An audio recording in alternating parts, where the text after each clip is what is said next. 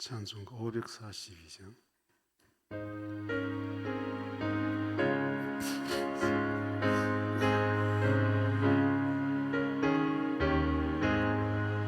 구주 예수 의지함이 힘이 뿐일일세 영생 허락받았으니 의심하 주 없도다. 예수 믿는 것은 받은 증거만 도다. 예수 귀한 예수 믿음 더욱 주소서. 구주 예수 의지함이 심히 기쁜 일일세 주를 믿는 나의 마음 그의 피에 적시네. 예수 믿는 것은 받은 증거만 도다. 예수 귀한 예수 믿음 더욱 주소서. 구주 예수 의지하여 죄악 벗어버리네. 안위 받고 영생함을 주께 모두 얻었네. 예수 믿는 것은 받은 증거만 도다. 예수 귀한 예수 믿음 더욱 주소서. 구주 예수 의지하여 구원함을 얻었네. 영원 무궁지나도록 함께 하소서. 예수 믿는 것은 받은 증거만 도다. 예수 귀한 예수 믿음 더욱 주소서. 아멘. 자비로우신 하나님 감사합니다. 변함없는 사랑과 은혜로 저희들의 일상의 걸음을 인도하시고 주관하시며 위태한 곳 명쾌하시고 피할 곳 피하게 해주셔서 연약하고 부족하지만 오늘을 살게 해주시니 감사합니다. 여전히 염려와 걱정과 두려움밖에 없는 저희들의 삶의 모습들을 주께서 아시오니 시작되는 이 한 주간 생활 속에 주님 직접 찾아오시어 우리의 모든 삶의 변두리에 일어나는 상황들 챙겨주시고 정리해 주시기를 간절히 원합니다. 내 생각이 주님보다 먼저 나서지 않게 하시고 내 말이 주의 말씀보다 먼저 나가지 않도록 도우시기를 원합니다. 자제력도 주시고 절제함도 우리에게 주시기를 원합니다. 비록 일기는 무더위 속에 우리의 몸을 지치게 할지라도 우리의 마음은 여유롭게 넉넉하게 주님 주시는 은혜로 말미암아 푸른 초장에서 잔잔한 물가에서 걸어가는 삶의 모습으로 살아갈 수 있도록 하나님 저희들의 삶을 다스려 주시기를 원합니다.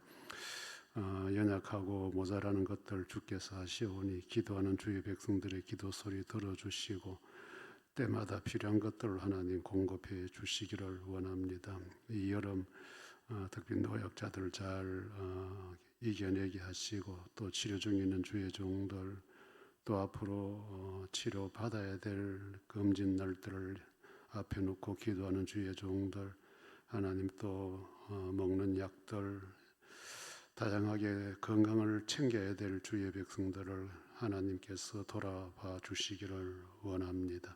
이제 또 우리 아이들 새 학기 시작하고 또 다양한 모습들로 주어진 일상들 시작할 터인데 하나님 동행하여 주시기 원합니다. 안전하게 지켜주시기를 원합니다. 주변의 환경도 의식주 문제도 또 만나야 될 사람들까지도 하나님 세밀하게 챙기셔서 영육 간에 지장되는 일 만나지 않도록 도와주시고 자신들이 하는 일에 전념할 수 있는 일상이 될 수 있도록 우리 하나님 두루두루 지켜 안보하여 주시기를 원합니다. 이 한 주간도 주님만 의지합니다. 주님 저희들 도와주시고 저희 기도 소리 들어주실 줄 믿고 예수님 이름으로 기도합니다. 아멘.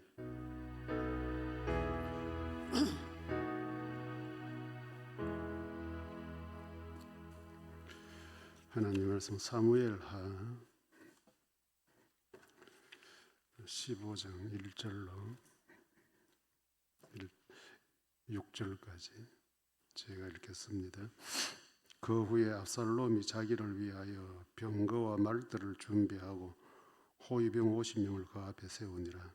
압살롬이 일찍 일어나 성문 길 곁에 서서 어떤 사람이든지 송사가 있어 왕에게 재판을 청하러 올 때에 그 사람을 불러 이르되 너는 어느 성읍 사람이냐 하니 그 사람의 대답이 종은 이스라엘 아무 지파에 속하였나이다 하면 압살롬이 그에게 이르기를 보라 내 일이 옳고 바르다마는 내 송사를 들을 사람을 왕께서 세우지 아니하셨다 하고 또 압살롬이 이르기를 내가 이 땅에서 재판관이 되고 누구든지 송사나 재판할 일이 있어는 내게로 오는 자에게 내가 정의 베풀기를 원하노라 하고 사람이 가까이 와서 그에게 절하려 하면 압살롬이 손을 펴서 그 사람을 붙들고 그에게 입을 맞추니 이스라엘 무리 중에 왕께 재판을 청하러 오는 자들마다 압살롬의 행함이 이와 같아서 이스라엘 사람의 마음을 압살롬이 훔치니라. 아멘. 이 압살롬 이야기가 요즘 주일마다 나오는데 이 다윗 가정에서 아주 불행한 일이 있었는데 이 압살롬이 자기 아버지를 반역하게 된 동기가 이제 이 가정사에서 일어나는 거예요. 이 압살롬의 배다른 이복 형이 암논이라는 형이 있는데 이 암논이 이 압살롬의 친여동생 다말을 강간하잖아요. 그런데 이제 이 압살롬이 불만을 가진 이유는 왜 아버지가 이걸 교통정리를 안 해주시느냐 이거예요. 이 다윗이 좀 성격적으로 좀 그런 면이 전체적으로 보면 좀 있거든요. 제때제때 끊지를 못하고 좀 이렇게 우유부단하는 어떤 흐름을 따라가는 그런 경향이 이 다윗의 성격 속에 좀 있어요. 그러니까 이제 압살롬이 아버지에 대한 이제 불만을 갖게 된 거예요. 그래 결국 이제 아버지가 그 형을 암논을 처리를 안 해주니까 이제 압살롬이 2년 뒤에 이제 결국 그 형을 죽이잖아요. 죽이고 이제 도망가서 언둔 생활을 3년을 하고 이제 4년째 돌아와서 이제 반란을 시작하는 거예요. 반란을. 그래 이제 뭐 우리의 가정사도 그렇고 교회도 그렇고 우리 모든 생활이 정리할 거는 그때 정리가 되면 뒤 사람이 좀 좋지 않을까, 뒤가 좋지 않을까 그런 생각이 들 때가 있어요. 제가 목회를 하면서 저도 교인들 벌 주고 뭐 이런 거 잘 못해요. 지금 뭐 우리 현재도 좀 정리해야 될 사람들이 있잖아요. 나간 사람들, 안 오는 사람들, 뭐 이렇게 이제 더 이상 우리 교회 장로가 아니고 권사가 아니고 이런 사람들 정리를 해야 되는데 제 마음의 한켠에 언젠가 더 돌아오면 이제 또 이런 게 좀 있다 보니까 정리를 못하는 좀 응급주춤한 우유부단한 그런 모습이 저한테 있어요. 알아요, 제가. 하는데 이 다윗이 이제 자기 딸 강간 사건을 이렇게 침묵으로 일관하니까 이 압살롬이 이제 반기 아버지한테 이제 반항을 한 거죠. 반항을 해서 이제 반란을 일으킨 거예요. 그래서 이제 보면 뭐 이 다윗 때 압살롬의 반란도 있었고 또 오늘 오전에 제가 세바의 반란도 있었고 이 다윗의 인생이 참 고달픈 인생이에요. 참 고달픈 인생인데 이 성경 속에 반란이 참 많아요. 이제 나중에 솔로몬 때는 또 이제 이렇게 12지파가 흩어져서 북쪽 이스라엘, 남쪽 유다 이렇게 남북이 갈라지잖아요. 솔로몬이 죽고 난 다음에. 이게 참 역사라는 게 참 묘해요. 지금 제가 오전에 다윗 이야기를 하면서 베냐민 지파, 사울과 관계된 베냐민 지파 사람들이 계속 다윗을 공격하잖아요. 지금 계속. 그런데 나중에 12지파가 북쪽 이스라엘 10지파 갈라질 때 보면 이 베냐민 지파가 또 유다 지파밖에 안 남아. 유다 지파 편을 들어주는 게 또 베냐민 지파예요. 다른 10지파는 다 떠나는데 또 유다 지파, 베냐민 지파만 두 지파만 또 남쪽에 남아가지고 남쪽 유다라는 이름을 가지게 돼요. 그게 이제 다윗 혈통의 이제 정통적인 혈통 왕가지요. 그리고 북쪽 이스라엘은 10지파가 뭉쳤는데 여기는 뭐 완전 오합지졸이에요. 전부 다 죽이고 살리고 반란 일으키고 이렇게 해서 왕이 계속 바뀌는 거예요. 왕이 계속. 그런데 남쪽 유다는 비록 지파는 베냐민 지파, 유다 지파 두 지파지만은 이 다윗 혈통으로 쭉 멸망할 때 586년 멸망할 때까지 쭉 이어져 내려가요. 그 혈통 속에 이제 또 우리 예수 그리스도가 오시게 되고. 그래 이쪽 북쪽 열 지파로 형성된 북쪽은 계속 이제 6일천하도 있어요. 계속 죽이고 살리고 왕을 죽이고 살리고 하면서 서로 왕이 되는 이런 반란이 계속 일어났는데 오늘 이런 제가 좀 말을 이야기하고 싶은 것은 반란을 일으키는 사람들의 특징이 있더라.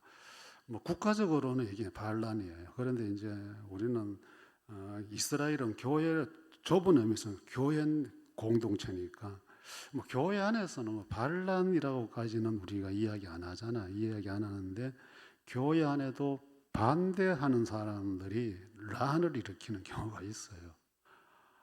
아주 이렇게 교회를 힘들게 만드는 자기들이 차지하려고 뭘 얻으려고 가지려고 이런 사람들이 이제 이 특징이 좀 있어요. 첫 번째 보면 이 권력자에게 외면당해 본 사람들이 불만을 가진다. 불만을 가지는 사람이다. 이 압살롬도 자기 아버지에게 외면당하거든요. 내 동생이 그런 지경이 돼가지고 거의 정신 병자 된 것처럼 외출도 못하고 그 충격에 외출도 못하고 집에만 은둔하고 있는데 왜 아버지는 그 짓을 한 형을 가만히 두느냐 이제 불만을 갖고 있는 거죠. 이걸 해소할 방법이 없으니까 그렇다면 내가 나서서 처리해야 되겠다. 이제 이렇게 하는 거예요. 예수님 곁에 있었던 가룟 유다도 보면 이제 흐름이 좀 이렇잖아요. 예수님에 대한 불만이 있는 거잖아요. 이 가룟 유다가 예수를 선택했을 때는 아마 자기는 이 민족주의자로 예수를 보지 않았나. 유대 민족주의자들은 그 당시 로마가 통치를 하고 있었기 때문에 로마에게서 해방시켜 주실 분으로 예수를 봤는데 이제 이거죠. 그런데 뭐 3년 동안 따라다녀 보니까 그쪽하고는 아무 관계가 없는 사람으로 행동하는 거예요. 그러니까 이제 결국 쓸모없는 존재구나 하고 이제 뒤집어 버리는데 여러분들 우리가 사람이 살다 보면 내 의견하고 안 맞는 사람도 있고 또 뭐 일을 하다가 보면 내 스타일로 안 하는 사람도 있잖아요. 특히 교회라는 데는 그런 다양성이 더 많아요. 이 교회 밖에는 어떤 뭐 조직 보스가 뭐 한마디 딱 이래 하고 하면 뭐 정리도 하고 이래 하지만은 이 교회라는 데는 뭐 하나님 주신 다양한 은사 속에서 이게 유지가 되다 보니까 사람 성도들 개개인들마다 좀 특성들이 있어요. 그런데 이제 특히 우리 한국 교회 같은 경우는 이제 이런 특성들을 목사가 다 움켜잡고 있잖아요. 교회만 오면 다 목사가 팍 하고 뭐 좋은 말로는 하나고 좋은 말로는 통일인데 개인이 숨 쉴 여유를 주지 않는 거잖아요. 조금 이렇게 숨 쉬겠다고 조금 아웃사이드로 빠지면 열심 없고 믿음 없고 뭐 교회 중심이 아니고 뭐 이렇게 이제 평가를 해버리니까 뭐 그런 평가 받는 것이 교인 입장에서는 유쾌한 평가가 아니잖아요. 그러니까 힘들고 괴로워도 억지로라도 그 굴로 속에 들어 있어야 되는 거예요. 그나마 그래야 뭐 마음에 좀이라도 평안이 있지. 그 굴레를 벗어나 버리면 이 사람 저 사람 또 목사는 설교를 통해서 계속 이제 이 굴레 안에 안 들어오면 뭐 이렇게 이야기하니까 듣기 싫은 거예요. 그래서 이제 어떤 사람이 이야기하기를 좀뭐 제가 사용하기는 좀 표현하기는 좀 뭐 그런데 한국 교회 교인들은 목사에게 가스라이팅 당하는 경우 많다. 이제 이런 이야기를 해요. 이 목사가 하는 말을 워낙 이제 그쪽으로 들어놓으니까 아예 이제 뭐 대꾸할 엄두조차 안 내는 거예요. 몸짓 하나도 이렇게 거부의 몸짓 할 수 없는 거예요.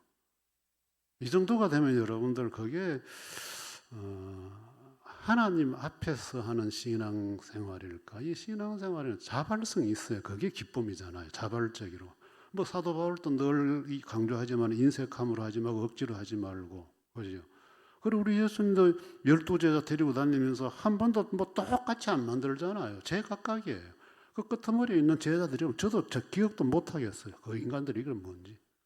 뭐 앞에 뭐 베드로한테 이거는 뭐 내 주님 가까이 있으니까 성경에 많이 나오니까 뒤에 저것들은 뭐 이름이 어디서 나오는지 뭐 한번 마태복음 한번 나오고는 뭐 이렇게 똑같이 안 만들었다. 주님은 똑같이 안. 그런데 우리는 똑같이 만들고 싶어요. 이게 이제 특히 우리 한국 교회 같은 경우는 군사 문화가 많이 들어와 있기 때문에 군사 문화가 많이 들어와 있기 때문에 그런 형태로 형성된 거 아닌가라고 하는 뭐 조금 이제 이런 사람들을 이야기하면 이제 조금 진보 쪽의 신학이라고 이야기해요.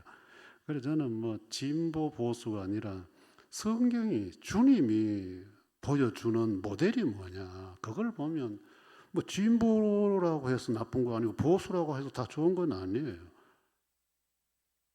예수님이 어떻게 하셨나? 그런 가룟 유다 같은 경우도 뭐 사실 란을 일으킨 거잖아요. 그 예수 스승을 버리고. 근데 이거는 이제 불만이 있으면 교회도 목사에게 불만이 있으면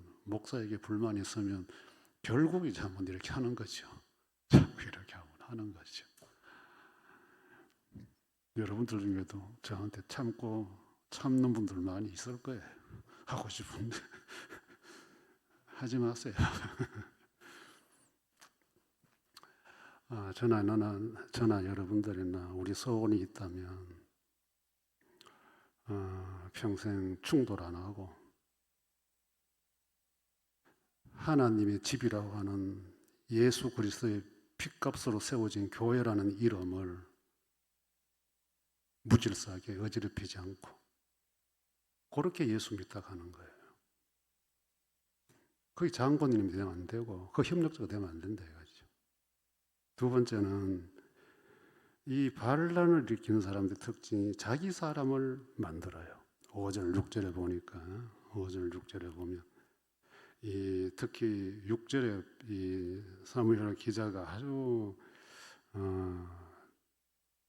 단적인 표현을 해놨는데 압살롬 이스라엘 사람의 마음을 압살롬이 훔치니라.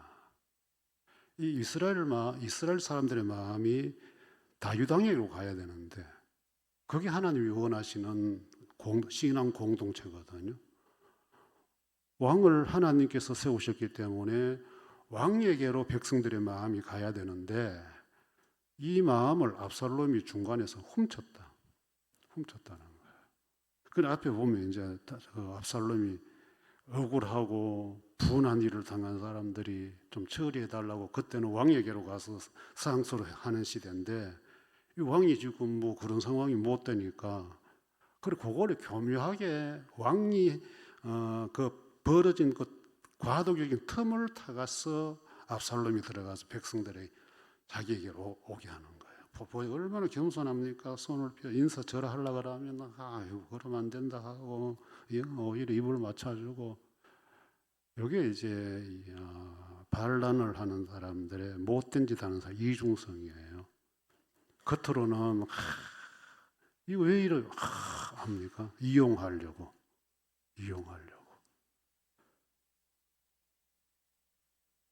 참 그런 면에서 다윗이라는 사람은 순수하고 순진했다 할 수 있지 않을까. 다윗은 보스 기질이 좀 약해요. 그럼에도 사울 왕에게 쫓겨다닐 때 다윗을 따르는 사람들이 얼마나 많았어요. 잠주들, 깡패 같은 사람들, 버려진 사람들이 600명이 다윗에게 붙어서 다윗 왕국을 이루는데 기초석을 놓잖아요. 버려진 사람들이 다윗에게 와서.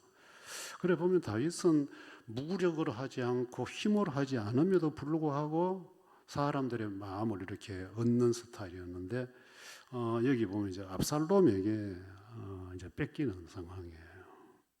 여러분들 교회라는 여기도 꼭 문제를 일으키는 사람들은 주변에 사람들이 많아요. 사람들을 얻어놔요. 편을 만들어 놓는데 말이에요.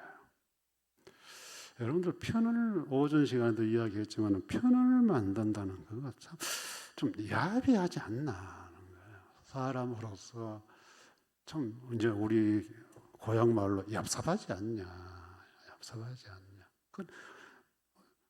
어떤 부탁을 외면할 수 없을 만큼 다 베풀어 주는 거죠. 다 도와주고 힘들 때 힘이 되어주고 이래 다 아웃사이 다 일하다가 지 필요할 때 탁 거절 못하게 만들어 놓는 거예요. 그래서 평소에 이제 신세를 많이 진 사람들, 은혜를 입은 사람들은 참 나쁜 것 알면서도 외면을 못하는 거죠. 이제 이런 사람들은 사전에 이제 이렇게 다 나름대로 준비를 하는 거예요.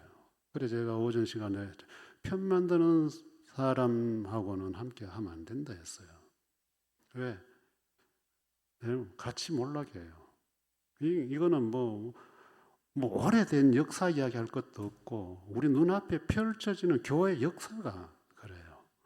어느 교회 할 것 없이 교회 안에서 편먹고 자꾸 그 반대를 하는 사람들의 그 흐름들,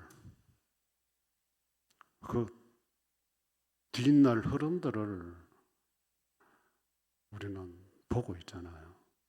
특히 목회하는 저 같은 경우는 여러분들 그런 거 하면 안 돼요. 꼭 진짜 반대해야 될 것 같으면 혼자서 그냥 침묵으로 주님처럼 침묵으로 일관하고 내 편 네 편 해가지고 편 들어주고 안 돼. 니 누구 편이고 이런 거 할 것도 없고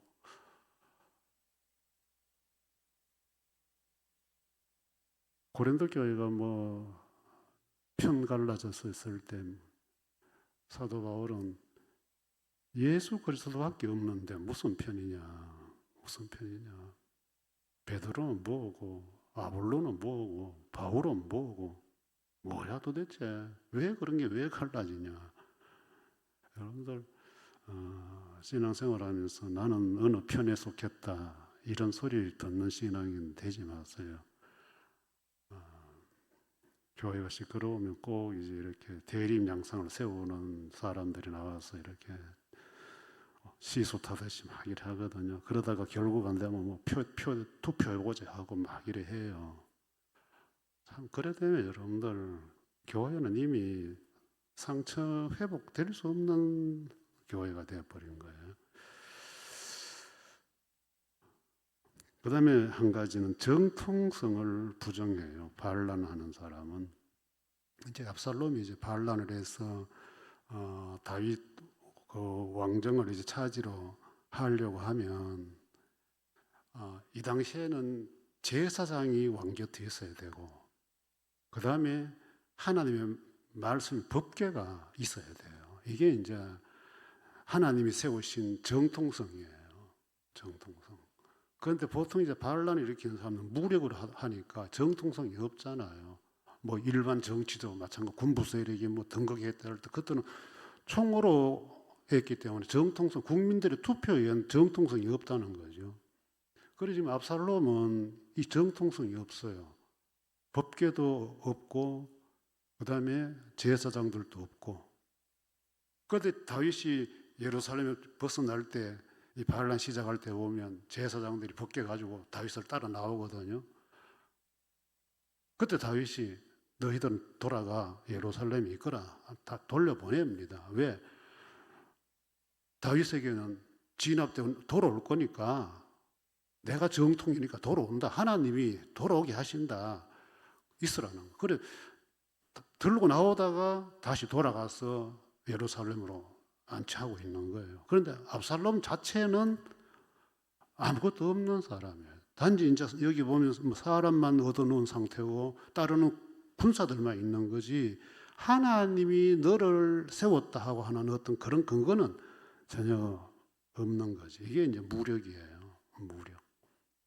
여러분들 교회라는 데 공동체는 첫째는 하나님이 세우셨다. 그 다음에 잘나나 못나나 목사도 직분자들도 우리는 하나님이 세우셨다. 그런데 여기에 문제가 생겼단 말이에요. 뭐 목사에게 문제가 있던 직분자들에게 문제가 있던 문제가 생겼을 때는 이 정통성을 훼손하면 안 돼요. 그게 뭐냐 하면 무력으로, 폭력으로, 폭언으로 사람 머리 숫자로 누르는 건 안 된다 이거죠. 그런데 우리는 그런 것들을 통해서 해결해요, 지금 교회가. 그리고 이것도 안 되면 이제 세상 법정에 가서 이제 판사의 판결을 받는 거예요. 세상에 지금 하나님은 그렇게 하지 말라고 하는데 지금 그렇게 해서 지금 교회들 재판 받는 교회들 목사장로 서로 고소해가 여러분들 이렇게까지 하면 신앙생활 한다니 우습지 않아요? 기막힌 코미디 아니에요? 이게 신앙생활이에요? 교회 생활이에요? 적어도 우리의 양심은 알잖아요. 내가 하나님의 정통성을 가지고 있는, 첫째는 하나님 앞인가, 그 다음에 내게 내 심중에 하나님 말씀이 있는가, 그 다음에 나는 하나님의 권위로 임직을 받았는가. 이거 우리 자신은 알잖아요. 그런데 자신이 안다면 그 범위를 넘어서면 안 되죠. 타인의 직분에 대해서 내가 함부로 일할 수 없는 거고, 범죄자가 있으면 법대로 하되, 그래도 안 되면 그때는 최종적인 칼을 교회가 들이대야 되죠. 그런데 세력을 옳고 그러고 판단도 안 해보고 세력을 가지고 힘을 가지고 뭘 이렇게 무너뜨리고 하려면 그건 이제 하나님 앞에서도 아니고 내 양심의 말씀의 양심의 법에 따른 것도 아니고 또 내만 임직받았지 니는 엉터리다, 이제 이런 식이 되나. 하나님이 세우신 직분에 대해서 무가치하게 여기는, 업심 여기는 이제 이런 현상이 생기니까 이제 이게 정통성을 부인하는 거라. 그래서 여러분들 참 어려운, 요즘은 갈수록 더 교회 문제 푸는 게 더 어려워지는 것 같아요. 다 복잡해지고 좀 서글퍼요. 그래서 학교 가서 학생들 이야기 들어보고 교회들 이야기 들어보면 좀 뭐지? 왜 예수 믿을까? 예수 믿는 게 뭘까? 교회에 완전된 일까는 이제 목사님 내가 회의가 될 때가 있어요, 솔직히. 여러분들 우리는 반대는 할 수 있지만은 그 반대조차도 교회 유익을 위해서, 교회 유익을 해코지 하고 시끄럽게 하고 이런 건 하지 마자 이거지요. 이런 거는 주 예수 그리스도의 은혜와 하나님의 사랑과 성령의 교통하심이 너희 무리와 함께 있을지어다. 아멘.